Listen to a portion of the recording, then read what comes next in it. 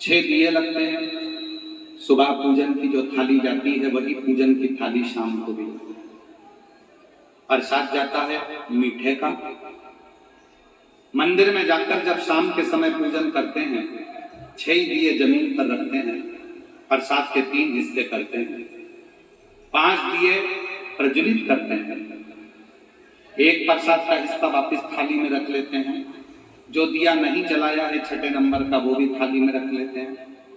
भगवान की पूजन कर कर घर की ओर जब आते हैं, घर में प्रवेश करते समय सीधे हाथ की और राइट हैंड की ओर बैठकर घर की ओर मुख कर कर 6ठे नंबर का दीपक प्रज्वलित करते हैं। बाबा को प्रार्थना करते हैं, बाबा आज मेरा पहला पशुपति व्रत है। बीच में अगर कोई रजो धर्म आ जाता है, कोई कार्य आ जाता है, कोई शादी में, कहीं विवाह में, कहीं जाना आना पड़ जाता है, तो उस व्रत को छोड़ दिया जाता है, अगला व्रत करा जाता है। करते 5 ही व्रत। जो 5वें नंबर का व्रत पड़ता है सोमवार का पशुपति, उस दिन एक श्रीफल, 108 चावल के दाने या मूंग के दाने या बेलपत्री या फूल की पंखड़ी कुछ भी लेकर जाए। जैसा पूजन का नियम है वैसा की वैसे ही नियम पूरा करें। बाबा को भेंट श्रीफल देकर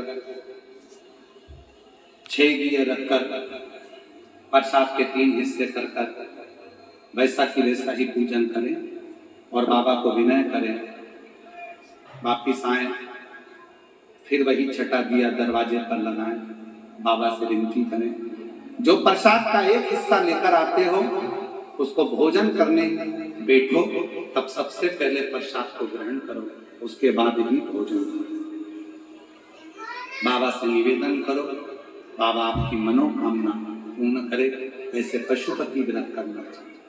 और ऐसा नहीं कि पशुपति व्रत 1 बार 2 बार 3 बार, हम तो यहाँ तक कहेंगे हर 2-3 महीने में घर का कोई ना कोई व्यक्ति अगर पशुपति व्रत करता रहता है तो उस घर में कभी विपदा नहीं आती, कभी कंगाली नहीं आती, कभी संपदा की कमी नहीं।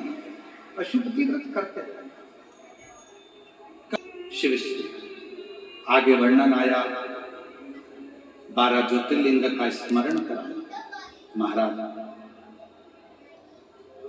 तुम रुका जी चंचुला देवी को ईसर गोरा के साक्षी में श्री सोमनाथ जी का वर्णन करता।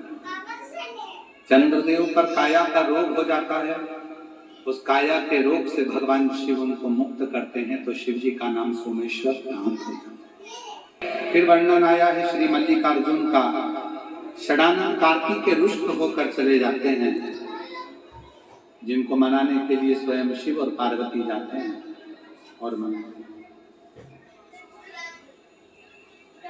भगवान मल्लिकार्जुन के रूप में विराजमान। फिर अगला वर्णन है महाकाल बाबा का। दूषण नाम के असुर का संहार करने के लिए भगवान शिव कालों के काल बन जाते हैं और दूषण नाम के असुर का संहार करते हैं। बाबा महाकाल के रूप में विराजमान होते हैं। अगला वर्णन है ओंकारेश्वर का। विंध्य नामक पर्वत के तप करने पर भगवान ओंकारेश्वर के रूप में विराजित होते हैं। नर नारायण के कहने पर भगवान शंकर केदारेश्वर के रूप में विराजमान होते हैं।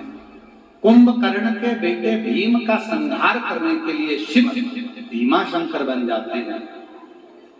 मनु शत्रुपा को दर्शन देने के लिए भगवान विश्वनाथ के रूप में विराजमान हो जाते हैं। गौतम बाबा पर लगे हुए गौ हत्या के दोष को मिटाने के लिए बाबा ब्रह्मा विष्णु महेश के साथ त्र्यंबकनाथ बन जाते हैं और